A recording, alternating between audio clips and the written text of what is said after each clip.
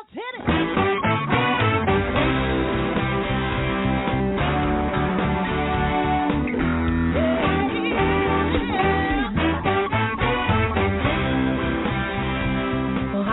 And welcome to Alzheimer Speaks Radio. I'm your host, Lori La Bey, and I'm so excited that you're joining us today. We are going to have a fascinating conversation as usual as we learn from people all around the world at all ages and stages of life.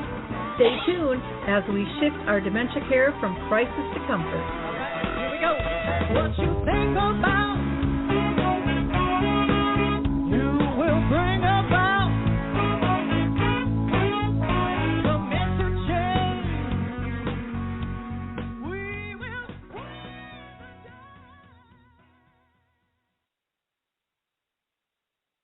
Well, hello, everyone. This is Lori La Bey with Alzheimer Speaks Radio, and I'm thrilled you can make it today. We're doing open mic, so please feel free to call in. That number is 323-870-4602. And my wonderful co-host, Cathy Braxton, I think, is on the line. So let me see if I can pull her in. Cathy, is that you? I'm here. Hi. Well, welcome. I am so thrilled to host a show with you. You are always just such a wonderful partner when we come to talking about dementia and caregiving. You have wonderful experience and expertise in this area. I'm going to go ahead and do a few of my shout-outs first, but I wanted our audience to let them know that you are here, and again, that they can call in at 323-870-4602. Now, for those of you that are new to our show, Alzheimer Speaks, is open to all people all around the world to call in and talk and just have a wonderful conversation in a respectful fashion. We don't always have to agree with one another, but we do want to stay pertinent to dementia and caregiving. But we firmly believe that all voices need to be heard. So if you are diagnosed or maybe you're even worried about your memory right now and some neurological issues that you're having, maybe you want to call in and talk to us, pose some questions. Neither of us are doctors, but we have a lot of experience in the area, and I'm sure we can help point you in the right direction. We welcome family members, authors, researchers, advocates, all different types of businesses, people who have created services, products, and tools, or maybe you see a need and are wondering, how do I meet this challenge? Or maybe you want to throw it out there for someone else to meet the challenge and let them know, or tell us what's really working well. All of these things are extremely important for all of us to discuss. This is a huge, huge topic affecting many, many people. Now, in that whole realm, I do want to mention Maud's Ventures because they are giving seed money out, $50,000 to $100,000 in 3 different categories. And if anyone is thinking about, gosh, I have this concept, I want to get out there, go to maudsventures.org to check that out. For those of you that are looking for service products and tools, you can also check out Dementia Map, which is not only a resource directory, but it has a calendar of events with a lot of wonderful things that you can participate in. Many are free. And then it also has a glossary of terms because, as I know, my mother had dementia for 30 years. You don't know what you don't know until you don't know it. And so that can be very helpful. And then there's a great blog with all kinds of wonderful articles there. And if you are maybe someone who provides a service product and tool, you can, become a member. We have a free membership as well as enhanced.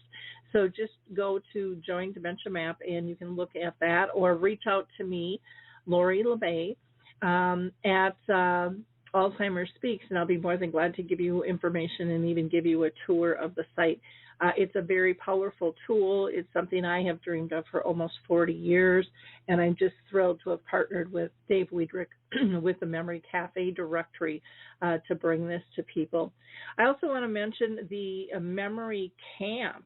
The Memory Camp is in Moon Beach in Wisconsin, and it runs August 15th to the 18th, and this is for people with mild to moderate dementia and their care partners and families, and they just have such a fun time gathering together, making new friendships and so forth.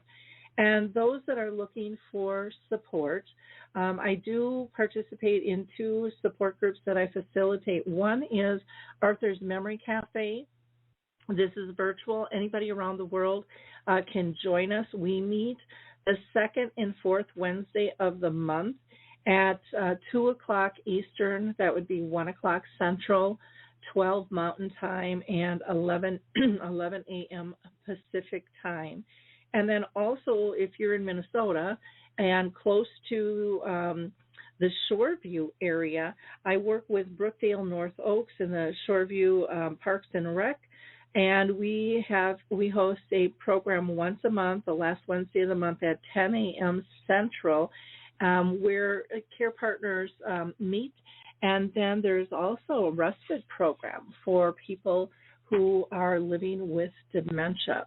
So we're going to hear from the footbar walker really quick, and actually we're going to hear from the adaptive equipment and caregiving corner, because these ladies know all about products and services for therapy and so forth. And then we're going to come right back and talk with Cathy, and I see we've got a couple people on the line already. So again, write down 323-870-4602. We'd love to talk with you. I love the footbar walker, and let me tell you why. It is the option for my toolbox that I've been waiting for. Let's be honest. There are some clients who, despite our best rehab efforts, just aren't able to return to performing a sit-to-stand transfer on their own. Now I can offer my caregivers an easier, safer option that doesn't involve hoisting their loved one up from a sitting position. I don't recommend this walker for all of my clients, but I do recommend this walker for those caregivers looking for an easier, safer option with transfers. I would also encourage other therapists to add this walker to their toolbox. It's kind of like having my own mobile parallel bars for the client to pull up on. Whether it's a family caregiver at home helping a loved one with Parkinson's or dementia, CNAs in a long-term care facility assisting their patients, or therapists adapting to client and caregiver-specific needs, we now have a very safe and effective option to offer in the footbar walker. Check this product out at thefootbarwalker.com. That's it for today from Adaptive Equipment and Caregiving Corner. Have a great day, and don't forget, if you can't do it, adapt it. Wonderful. And please check out the Adaptive Equipment and Caregiving Corner. They have so many great videos that are really, really helpful. And they don't all have to do with dementia. If you've had a hip replaced or a knee replaced, if you have some issues with incontinence, you name it, it's there, eating tools, etc. Well, Cathy, I want to talk to you really quick, and then I want to pull in our first guest here. But thank you for taking the time out of the day to join us. June is Alzheimer's and Brain Health Month, so this is just a great time to have open mic. Do you have any hot topics that you're interested in talking about? I always have hot topics. Actually, I have two kind of like informative topics. One of them is something I'd like to bring up, which is just this concept of it's actually one overarching concept, and it's this concept of desperation. And I see this desperation coming from families, and when they're struggling and they don't know what to do, how to navigate this long-term care concept. And then I see the concept of desperation happening in long-term care communities that are caring for those people. And so this umbrella of desperation I'm seeing is really affecting the people that need the care. And I'm seeing it in regards to family members just wanting to get their loved one into a facility that's going to give them the best care, but often not being provided a tour to see the facility before they move their loved one in. So that was something I wanted to bring up, and then, talk more about how to take a tour, how to schedule a tour, what to ask, things to look for. And then the other thing, over that arching concept of desperation is just what I'm seeing in long-term care out in the world right now is just this short staffing that everybody's referring to. And just the concept that I think what we're seeing is from management companies that are running organizations, I think they're acting from a space of desperation, and I think that's affecting not only the current staff that they have, but then also in their ability to bring in new staff. Okay. So both of those topics. That will be great. What I'm going to do right now, Cathy, is I'm going to go ahead and pull in our first guest. And I always like to get to our guests, and then we kind of fill in. But again, this is a really, nobody has to be prepared in terms of the speech and what they're going to say. This is all talking from the heart. So feel free to call in at 323-870-4602. So let me call in our first guest here. We have somebody from a 307 number, and I just think this might be Lori Shear with DAA. Am I correct? Ed, you are correct. You recognize the number. That's scary, but good. Yeah, it's a beautiful day here in Alabama, and I'm just so excited. I just got off of our dementia discussions, and it was just fabulous. Our topic today was on grief and how to handle grief. And with dementia, you might grieve every time you lose another ability that you used to have, and it was really good. But if it's okay with you, Lori, I just want to talk about some exciting things we have at DAA. May I do that? Why don't you, start out with telling people what DAA stands for, and then go in from that, because some people might not be familiar, with DAA. DAA is Dementia Action Alliance, and we are a nonprofit organization, and we are very into helping people living with dementia to live, and finding strategies and ways to encourage, motivate, and engage people living with dementia. It's an exciting group. I've been involved in DAA for 4 years now, and it truly has helped me to find a lot of purpose in life. When you're living with dementia, it's really difficult to find a way to get yourself going again, to connect and find a reason to keep going, to get out of bed. And DAA has definitely helped me with that. We have a lot of activities for people living with dementia. We have 3 discussion groups per week. We have a virtual engagement program 5 days a week. We have a poetry club, a coloring club, a trivia group, all kinds of things. And we keep people moving constantly. Just give them a reason to want to get out of bed and be involved and to advocate. So it's very exciting, and you can learn more at daanow.org. Cathy, now, are you familiar with DAA? Yes, I am. I think we have a local organization, one of their chapters out here, and we've actually just started a support group in our area with them. Okay, so DAA, I don't know if you guys have chapters, Lori, do you, or is it just one? No. Okay.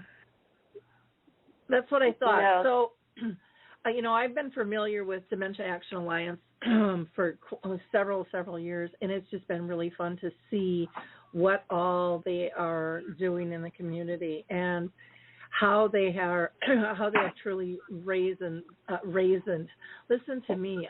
I tell you, I'm on allergy medicine. I opened the windows last night, in between my eyes watering and my throat dry, and now my mind is clogged as well. Apparently, you'll have to just kind of go with me here. But they have been raising the voice of people living with dementia, like Lori said, really educating people. And empowering them to be heard, to be listened to. I mean, they know the true needs with this disease, which I think is just absolutely fabulous. You had mentioned, a lot of different groups that people can participate in. One thing that some of our listeners might be wondering, Lori, is there a fee? Do you have to join the club? How does that work? No fee. All of our programs are free. well, they're not free to us, but somebody else sponsors them or whatever. So there's no cost to anybody living with dementia or their care partner to join our groups. And they're just really awesome to see people connecting. I'll give you a couple examples. In our coloring group, we have 2 people that are nonverbal. Some of them can't even really show us their picture that they're working on, but their care partner will help them and pick it up and show us what they're working on. And one woman in particular, she never says anything. And every once in a while, like once every 5 months, we'll say, let me see your picture. And somebody will help her hold it up, and she'll say, blue. Yes, you have a blue flower. And that might be the only word we hear from her in months and months. But the smile that she gives us every single time we're on is just so contagious. You can tell this is making an impact on her life, that she can spend time with other people. Another, I think right now the most exciting program we have is what's called our volunteer team. And the entire vision of our volunteer team is to help people living with dementia find a purpose. A purpose. We have a gentleman who used to be a deacon in the church for 20-some years and no longer can do that. There's a lot of things that he's no longer able to do that he used to do. And he said, I want to help. I said, okay, so how can we find something for him to do that he can do? And what we found was every week we have a group called Faith, Hope, and Love. And now we have John open up in prayer. Every week he opens that meeting in prayer. And he is so excited that he has a job, a responsibility. It has changed his life. We have someone else with ALS who is going down rather quickly. She can't speak anymore, and she can't control her mouth, so she slobbers. And she wanted so much to be a part of doing something. Well, we found that she can't talk. She can hardly walk. She has trouble holding a cup, but she can still play the piano. So we made a video of her playing the piano and posted it. And she is so, so proud that she was able to participate in something. People want a reason to get out of bed. They want a purpose. They want something to fill their life with meaning. And if the biggest meaning in your life is opening a group in prayer and that makes you happy, we're going to find something that is going to help give you a purpose. Oh, that is so, so cool. Cathy, what are your thoughts on that? I love that. I think that's what I think we miss oftentimes is that's what life is when it all boils down to it, is that we have some sort of purpose that we can give back, that we can contribute to the greater good, whether that's when we were, parents raising children, working in, some kind of industry. It's even days that are at work are hard. You still come home with hopefully a sense of accomplishment. You're doing something. You're building something for your family. And when older adults who start living with dementia struggle and they lack that purpose, I think that psychosocial well-being that we all truly just strive for every single day, that starts to diminish. And when a group like this can really bring purpose, and it can be just that momentary purpose, and they have joy in what they were able to produce or say, or like we said, play the piano, overcoming all the other losses that person has had. So you're still something they can hold on to provide and give to others. I think that's the key to helping someone have that desire to keep going, to push through.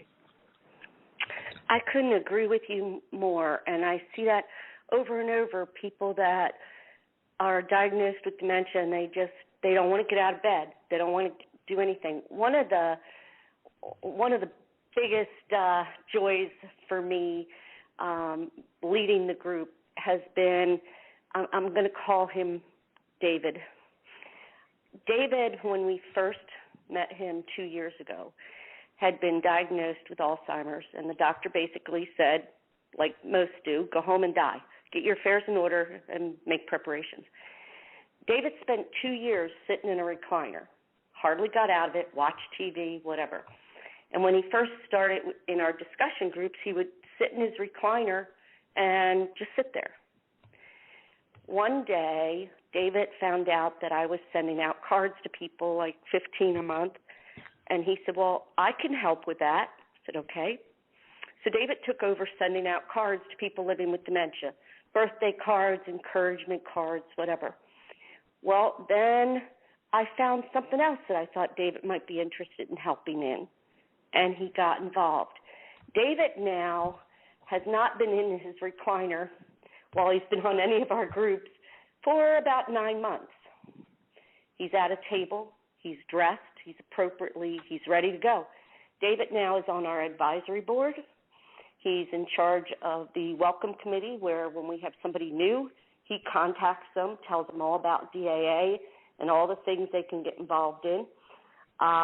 He's co-chair of our volunteer team, and the list goes on and on. David has said many times, I have never been happier since the day I was diagnosed. Wow. And all this because he was sitting in his recliner dying, which is what the doctor told him to do. He had no purpose. Mm-hmm. Having a purpose and a reason to want to get your tush out of the recliner makes so much of a difference. He smiles all the time. He's always calling and helping other people. It has literally changed his attitude towards life. And now his goal is, I want to live with dementia. I don't want to prepare to die. Mm-hmm. How wonderful is that? You know, I've seen that myself, through the work I do. I know, Cathy, you've seen it with yours too. And one of the things that I want to mention is DAA and Alzheimer Speaks have kind of partnered to do Dementia in the Arts, which has been absolutely fascinating. You know, one of your groups is Arts and Dementia on Facebook that people can participate in. And one of the things that I am doing with those people is, basically videoing them, showing their artwork. And, it's so empowering, and it flabbergasts so many people in terms of the abilities and the beauty of what they do and the variety of the different types of arts too. And Mary Crescenzo, co-chairs that with me, but it is just really, really fun, to see, and just the smiles on their face and to get that message out that people are still able, even if they've never done art, even if they weren't good at it in the past, doesn't mean they're not going to be now. And it doesn't matter. Art is, in the eye of the beholder. But I think it's just so important, to be able to raise those voices. Lori, I also wanted to mention, if I'm not mistaken, don't you guys have a conference coming up this year too? We do. September 19, 20, and 21 in Indianapolis. It's just an awesome event. We have so far about 20 people living with dementia that are from our various groups that will be attending. We have care partners. We have care providers. We have a whole technology expo. There's actually a section of the conference that is going to be set up like a house, what your home should look like. All kinds of educators. It's going to be an absolutely awesome event. Great place for people living with dementia to meet other people living with dementia. Wonderful place for care partners to meet other care partners and professionals to interact. It's just great. Our last one was supposed to be just over a year ago because we do them every 2 years, but COVID took care of that, so now we're excited that we are having it this year. Oh, so, and wonderful. if you want more information, if you go to daanow.org, There's a big thing that says conference. It should answer all your questions. Yeah, I just popped up your site, and it's DAA Now, so NOW.org, and it's right in one of the top slider forms there. And their site's really easy to maneuver. On the top bar there's something that you can click and go right to the conference. They have a section about getting involved.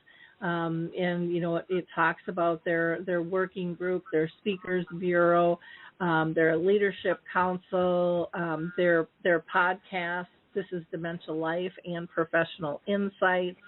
So just lots happening. And you've got some great articles on here. You've got a calendar of events that people can easily see, what is happening, and it's just it's a very welcoming space to go. They also have papers and webinars that you can go ahead and download here too. I don't remember seeing that before in such an easy, accessible way. So it looks like you've updated the site a little bit since I was here last. We redid the whole site, and the resource center, or we call it the Discovery Center, is still under construction. So that's in the works because we literally just redid the whole site. But also on there, Lori, is the Get Connected site. Mm-hmm. Connecting with others. I think I don't have it in front of me. It's connecting with others, I think it's called. And that's where you can hear all about the discussion groups, the virtual engagement groups, which is exciting. Okay. Yep. It says connect with us, and then it has the virtual engagements. It's got the schedule of events, the virtual discussions. And, again, really simple to see. And, you've got something going on constantly here. So that's really, really neat, too. So how long Not have on Sundays. Mm-hmm. Okay. How long have you guys been doing the poetry group? We started the virtual engagements when COVID hit. So that probably was March of 20? Uh-huh. Okay. Wonderful. Well, that's good. Cathy, do you have any questions or comments for Lori? I'm on the website, too. It is very easy to use. I like looking at who your speakers are. I like that you have all the times and what the program is going to look like. I like that it's in Indianapolis because it's close to me. It just looks like a really great program, and I encourage anybody who's listening, please go to something, go to something like this. As Lori said, we don't know what we don't know until we don't know it, and it's brought to our attention. Right. So, just empower yourself to get information as best you can, and really empower yourself to just meet other people like yourself that can be a support to you. And Lori, one thing I really, really love about the DAA conference is every session includes somebody living with dementia. Our voices are to be heard. And so no matter what we are doing at DAA, it must include somebody living with dementia. Mm-hmm. And that's the way it should be, because who knows more about living with dementia than those of us living with dementia? Exactly. So when you go to any session, you're not only going to hear from the professional aspect, you're going to hear from the viewpoint of someone living with dementia as well. No, I absolutely agree with that. We have to include these people to give us that feedback. I think that's what we lack in a lot of ways, is the perspective. We can only step into this so far, and I think that that's a great thing. The willingness to step into it as much as you can. But to have that resource of a person who is living with it and can give that feedback back, that's the only way we're going to get better at this. Agree. Now, Lori, is it inclusive of the care partner as well, or have you limited it to professionals and people diagnosed with a form of dementia? Wait a minute. Say that again. I'm sorry. I missed the beginning part. So you had talked about, everything you do is, it raises the voice of a person with dementia, but you also have professional voices that will be heard at the conference. Are there any sessions that also include a care partner in terms of their angle? Okay. So it really off the top is of my head, I nice can't tell you which one. Okay. The voice of the care partners is also extremely important to hear. But I think also very exciting is the camaraderie that care partners come away with and people living with dementia come away with, to actually meet other people in person and have a chance to talk. And after sessions say, well, what did you think about this? And I learned this. It's just a great networking experience. Well, it really opens up people's eyes. I know in conferences where I've spoken, I've fought for years to have the voice of people living with dementia and the care partners be heard as well. And the professionals are shocked at what they learn, you know. And I mean, I've had people say, I've been in this business 20 years and I have a whole new perspective, and some of the stuff I've been saying really isn't accurate. And, you know, and so it really does change things. And it evens out the playing field. I mean, there's nothing worse than being talked about and excluded at the same time, you know, and you're going, no, I've got a whole other perspective here. And I think it's really, really important because we can hear the nitty gritty of the truth of living with dementia instead of us professionals kind of peeking through the window and guessing what's going on. And I really think that's the only way we're going to make sustainable change is to have inclusion of all of those voices. So, Lori, I really thank you so much for coming. Again, Lori Scherer with Dementia Action Alliance. You can visit their site at daanow.org, and you won't be disappointed. Sign up for that conference. Go ahead and meet some others. There's nothing better than peer support in talking with people that actually get what the heck you're talking about. That's one of the biggest complaints I hear from people is people don't get it, you know, so they kind of walk away from me. Make another family, make another circle of friends. It's easier to do than you think. So thank you again, Lori. Appreciate it. Absolutely, and thank you. And Cathy, if you go to the conference, I hope you have I know you'll have a great time and meet lots of people. So enjoy. Thank you. I have every plan of being there. Thank you so much. Wonderful. Thank you. So, Cathy, why don't we talk a little bit? Again, I'm going to invite people to go ahead and call in. We never know how many callers we're going to get. Sometimes we get a ton of them. Sometimes we just get one or two, and that is fine because Cathy and I can fill the gap. Let me tell you, I could talk to this woman for a week straight, and we would not run out of conversation regarding this topic. So, again, but feel free to break up our flow because we love to hear your voices. That number is 323-870-4602. That's 323-870-4602. So, Cathy, let's dive into this topic of desperation because, boy, I feel it not only in dementia and caregiving, but the world as a whole right now. People are just feeling stuck and scared. Yeah. And, I mean, I even had a presentation the other day. Some people called in after the school shooting and said, I'm not comfortable being in a group. And it just, like, broke my heart. But I understood. Yeah. I understood that. So I think this is a really important topic. So where would you like to start with this? Okay. So I guess I that was such a wonderful conversation that you just had with the AA. I don't want to, like, be the downer. So, you know, I guess what I like to know that families, they need to go to conferences like that. They need to feel empowered. They need to hear the voices, and they need to create that new community because, you know, like that desperation, you know, people feel it when they're stuck at home. They don't know what to do. They don't know how to act, act meaning how to move forward with somebody that they're caring for.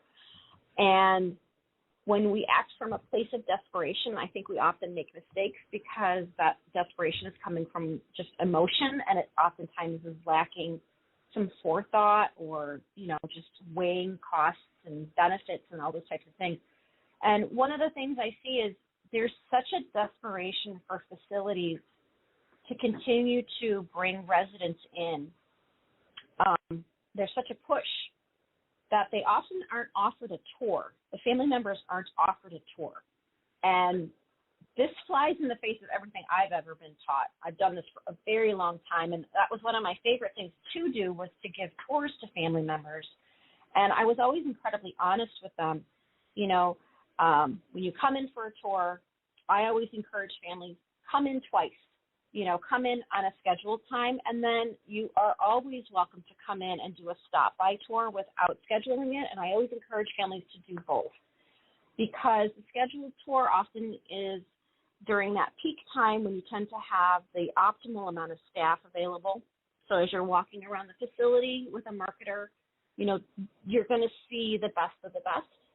And I encourage families, if they feel like that facility is something they want to keep on their list, that they should come back and look again, and oftentimes unannounced, and maybe around a mealtime, because that's when you see a lot of the hustle and the bustle going on. And you're going to get a really good feel for how the staff is interacting with those residents, because it's a very busy time. Just backing up a second, ask for a tour. If you have a list of facilities that you're looking at, because you need that assistance in placing your mom or your dad. Memory care, specifically for me, is something we can't do alone. And if you're trying to do it alone at home and it's wearing you down, you have to take care of yourself to be the best person you can for your loved one. And so oftentimes it is bringing another facility or something into the home. But if you're not being offered a tour, I would be leery about that. But then I would also just advocate for yourself that you do want to come in and see a building, that you want to talk, you want to ask about staffing ratios and all those different types of things. And Lori, please cut me off if you get a caller in. I don't want to keep talking too much, but no, you're fine. You're fine. Families get desperate, so they take the first thing that comes along. And when that happens, I think the expectation of what the family has and what a facility can truly provide often collide, and they don't mix. And so it's 2 days, 3 days, 1 week into someone's new stay in their new home, and families are frustrated by what they're seeing and what they're experiencing, and they don't quite know how to resolve that. So I think when we tour a facility and we can ask questions, we're starting to move away from that space of just relying on our emotion to make a decision, and we're starting to just put more information into ourselves to make a good choice. The choice of doing this is probably one of the hardest things you will ever do. Mm-hmm. So gathering as much information as you can, I think, is empowerment, and that is key. And I think that there is going to be no perfect facility. There is nothing that's going to provide your loved one with the care that you wish was 100% of the time. But we can try to get close to that. We can look at what our priorities are, what's important to you, what's important to your loved one, and does that specific facility meet that need? Cathy, I'm gonna barge in there for a second, because I think that that's a really important thing to state. But I also think it's really important for us to look at that we are not giving 100% perfect care at home either. We have our ups, we have our downs, we have our mood swings, we have our fights. We get overwhelmed with too much stuff on our plate. And so it's really not fair to hold a community to that standard when stuff does happen. And yes. and I think sometimes that's overlooked. I mean, granted, everybody wants good care, but mistakes will happen. And that is part of life. Again, it's to the degree of the type of mistake. I mean, we definitely don't want any abuse going on and things like that. But sometimes families get really out of whack for a real minor incident. And I can speak from experience where, it just wasn't tolerable. And it wasn't tolerable because I was still in that desperation or that crisis state as a family member. I was not comfortable with the decision that was being made, maybe even to the move itself. And my mom wanted to move into a nursing home because she wanted to be by my dad, who couldn't live independently anymore. But I don't think I had necessarily processed everything. And so it's also, I think, very common when people move in, because there is not that trust built up, and communities have to earn that trust. And they don't always do a good job at that, because usually they call when there's an issue. Oh, you didn't sign this paper, or, Sally's purse is missing, or we missed the med, or whatever it might be. None of those big major things, but it just it hurts that trust level again, and then you dig in even harder. I know for myself, one of the things I did, and let me know if you've seen others do this, or if I'm just a lone wolf out there, but I was so adamant that my mom was going to get good care. I looked for every single problem I could find, because I was going to address it. I was going to solve it, so we could get to that level of perfection that I didn't even provide, but I expected them to. And so I was like their worst nightmare. And I teach this to people, especially staff, of you have to understand where families are coming from, because this is a really scary thing, and it's a humongous step that they've taken to, turn over their loved one to you. On your word, when they don't, like you said, they don't really know you, they don't really know the community, and COVID's broken down even more so, because you can't have those in-persons. You can't always just do an impromptu visit. We've opened up a little bit. How long is that going to last? Hopefully forever, but, we just don't really know. And then as a family member, the staff turnover on top of that makes you nervous, but it really is one of those things where you are looking for problems so you can fix them. And we're really not looking at what's going right, so we can take a breath. And I don't know, maybe, like I said, maybe I was a lone wolf. What have you seen in that? No, I've talked to so many families. I see that constantly. And my take on that is, first of all, my heart breaks for somebody who's looking for problems, because my thought is that is stemming from a place of guilt. I'm going to try to find everything wrong because I feel so awful that I can't do this by myself, and I feel like I should. There's some expectation people have that they should be able to do this by themselves, muscle through, it's okay, and if I can't, something's wrong with me.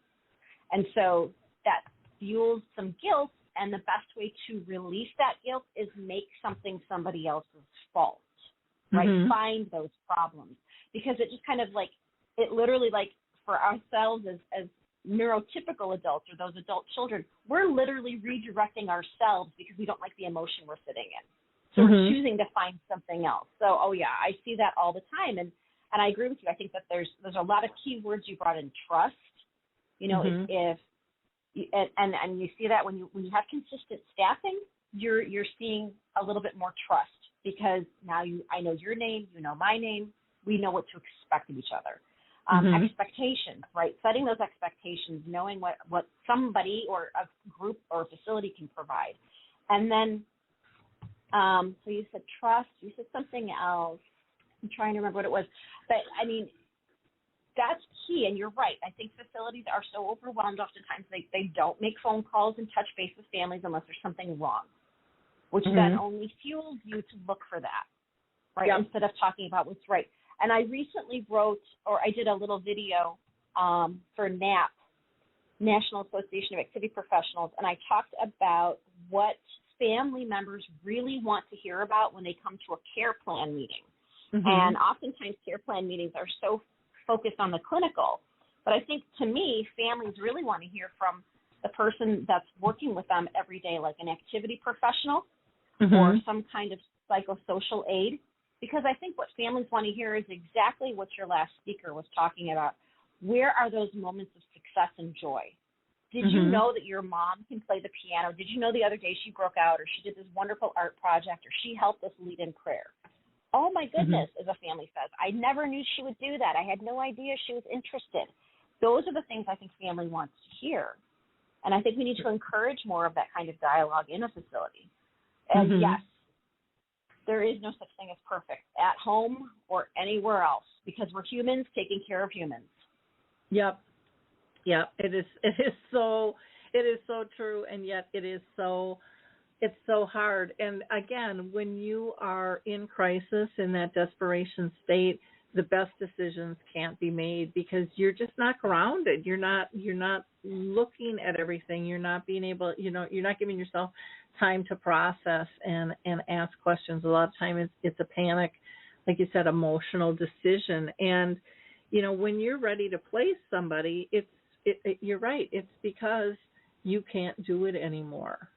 And and there is a lot of guilt with that. And yet you can't be a good partner. I don't care if it's spouse, a friend, son, a daughter, an aunt, an uncle. You can't give good care to them at any level if you're not taking care of yourself. And usually at that point, it's evident you're not taking care of yourself and you don't know how to get into that rebalance mode.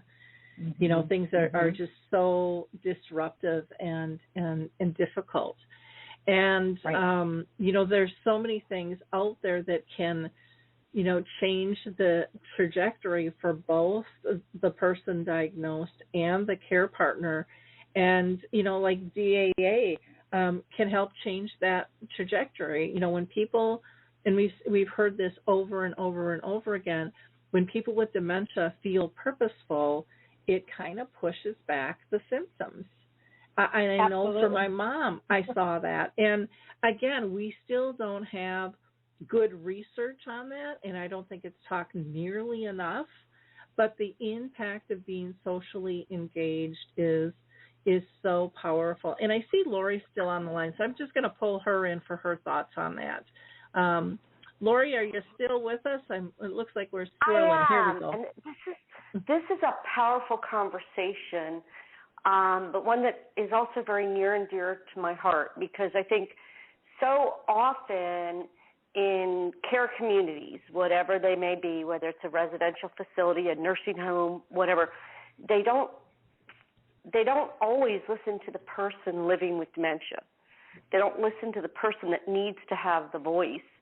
And sometimes that person can't voice themselves, but then they need an advocate that can. And we want to use the example, my mother-in-law was in a care facility and ended up being in the nursing facility. And we watched her go downhill extremely fast. Well, during that time, I was starting with my dementia getting stronger and was diagnosed actually while she was in that care facility. And I would walk in there, and the bells ringing to call the nurses drove me nuts. We'd have to leave because I could not handle the bells. Mm-hmm. People screaming was pulling me down. And they would put her in a wheelchair and set her in a corner, and they did this with all of the people there. They had no purpose. And I said to the head nurse, I insisted on a consult, and I said, she's crying because she has no purpose. You make her get out of bed every day, but why? What is her purpose? Mm-hmm. Well, they started having her just set all the tables. Mm-hmm. She would go around and put the napkins, the plastic forks and all at each table. She looked forward to meal times so that she had something to do. Then I said to them, can't you do something about those bells? Well, that's how we call the nurses. I understand that, but can't you do something about that? That constant ringing, first off, it tells me the nurses aren't responding quick enough, and it's probably because they're understaffed, and I get that. But the constant bells went through my head. So I couldn't imagine what it would be like to live there 24/7 hearing that. So what I tell people is if you have someone who is in whatever type of care provision, my recommendation is if that person can no longer speak for themselves, take someone living with dementia who still can speak and let them walk through, let them spend time in there and see what things really irritate them. Because they will pick up on things such as noise that you don't. Yeah. There's so many sensory things that people miss because it doesn't bother us. And I'll use myself. I'm going to be 63 here in another week. And I mean, background noise, just as we age, a lot of those things change. Background noise drives me crazy. Echoing drives me nuts. And I remember my folks talking about that, but as a younger person, what are you talking about? It didn't bother me at all. And so, especially with dementia, and again, I know it hits at all different levels, but you add typical aging changes in there on top of the dementia, lighting, sound, just environmental things, smells, all different types of things can trigger irritation. And it is important, and I don't think it's something that's evaluated near enough in terms of those trigger points, because those trigger points, elicit a response, and they're all tied into an emotional base. And I hate that we talk about, well, people are having a behavior, and it's like, no, they're having a reaction. That's right. It's very different. It's very, very different. Yep. And Lori, and the few times I go to a mall, which is very rare, the few times I go, I need earplugs, headphones, and sunglasses because there is such a sensory overload. It can cause a very quick meltdown. You've got lights flashing. You've got change falling on the ground. You've got high heels on tile because they're always tiled. Just so much sensory overload. And yet you look at many of the places that we put people living with dementia or elderly people, and that's what we give them. Now, so the person wears hearing aids because they have a hearing problem. Okay, but those hearing aids pick up lots of sounds that we don't want to hear, but they may not be able to adjust them. So, we need to be more aware of the total surrounding, and I think that's where making sure that we're listening to the voice of the person living there with dementia, or bring somebody else in that has dementia and say, what does this environment do to you, is so important. Yep. Well, and what great advice. I mean, for people who are even architects, you're building a building and, they end up doing that cookie cutter thing. Well, we've done it here, and so they just rebuild it. Bring in some people with dementia. Have them, experience the environment and really listen to what the needs are. So next time you do that cookie cutter, footprint, maybe there'll be some really needed changes that I think are probably going to really surprise some people. Yep. In terms of what they're going to hear, I think that is absolutely a critical piece. And again, it has been, for so long, it has just been accepted that the professionals know what the heck's going on, and the rest of us are peons. And that's one of the things that pushed me into this space was we are not peons. We have valid points and insights that need to be heard.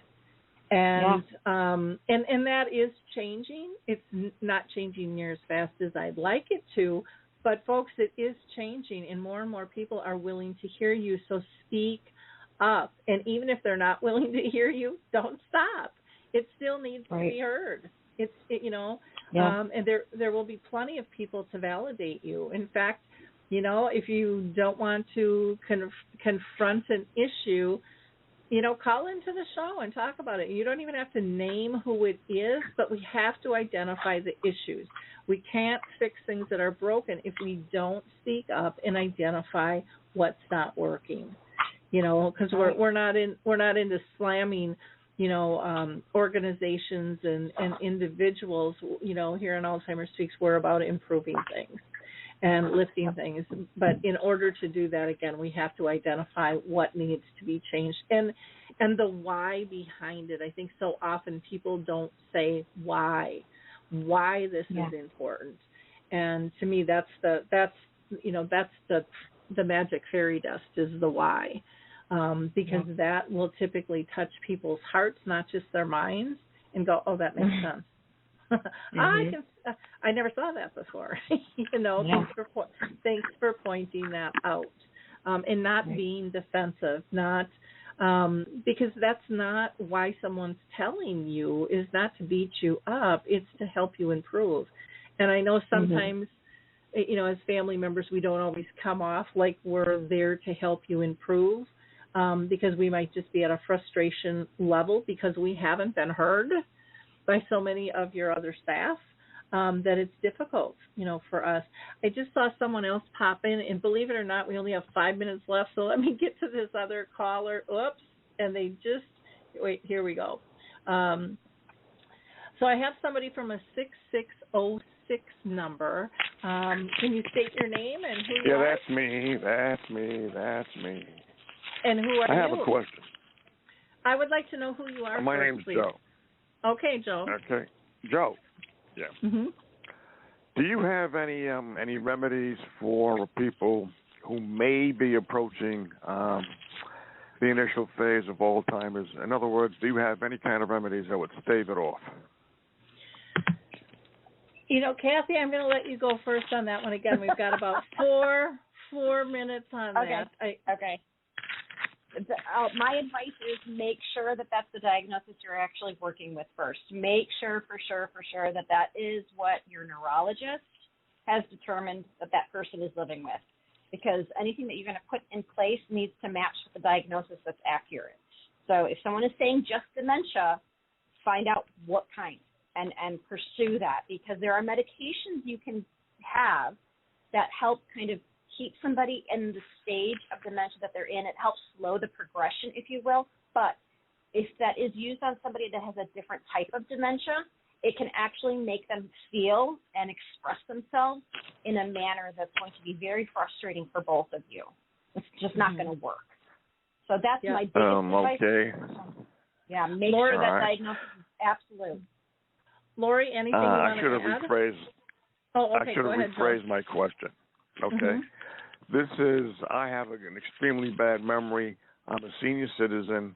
My memory is, as I said, probably ADHD. I haven't been diagnosed with anything yet, but I do know from taking simple tests that I've created that my memory sucks. So I may or may not be in the initial phase of dementia or Alzheimer's, but your show is about Alzheimer's.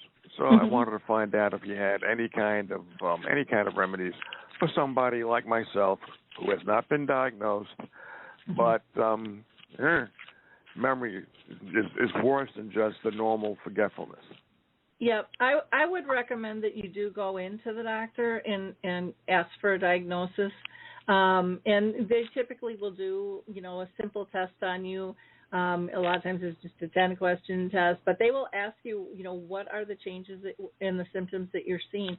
Because sometimes, Joe, it can be dehydration. It can be a mixture of medications you're on. It can be that you have sleep apnea and you're not sleeping well.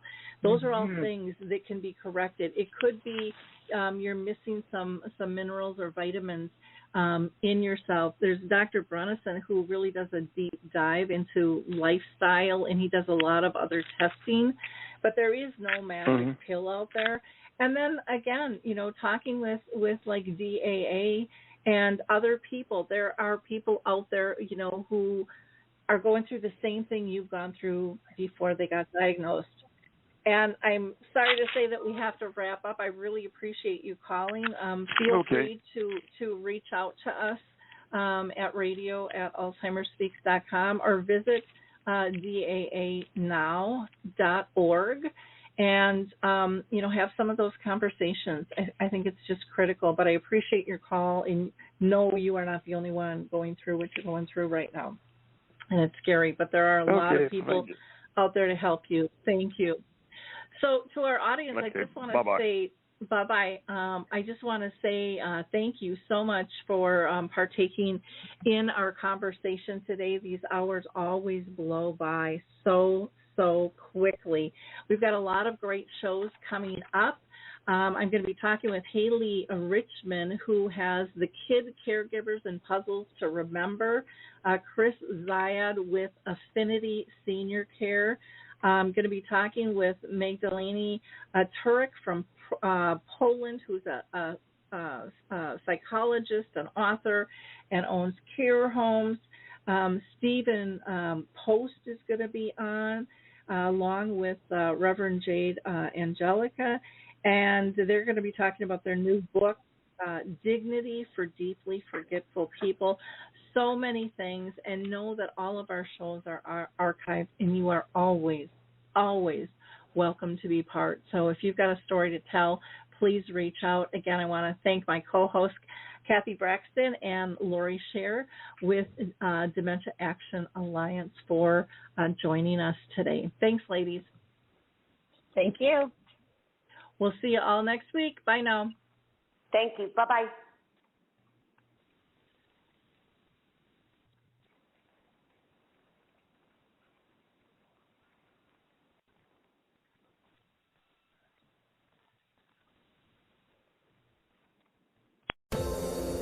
Hi, everyone. This is Meredith from the Senior Fitness with Meredith podcast, where I discuss all things for seniors, from fitness, your health and wellness journeys, how to be all over strong and beyond.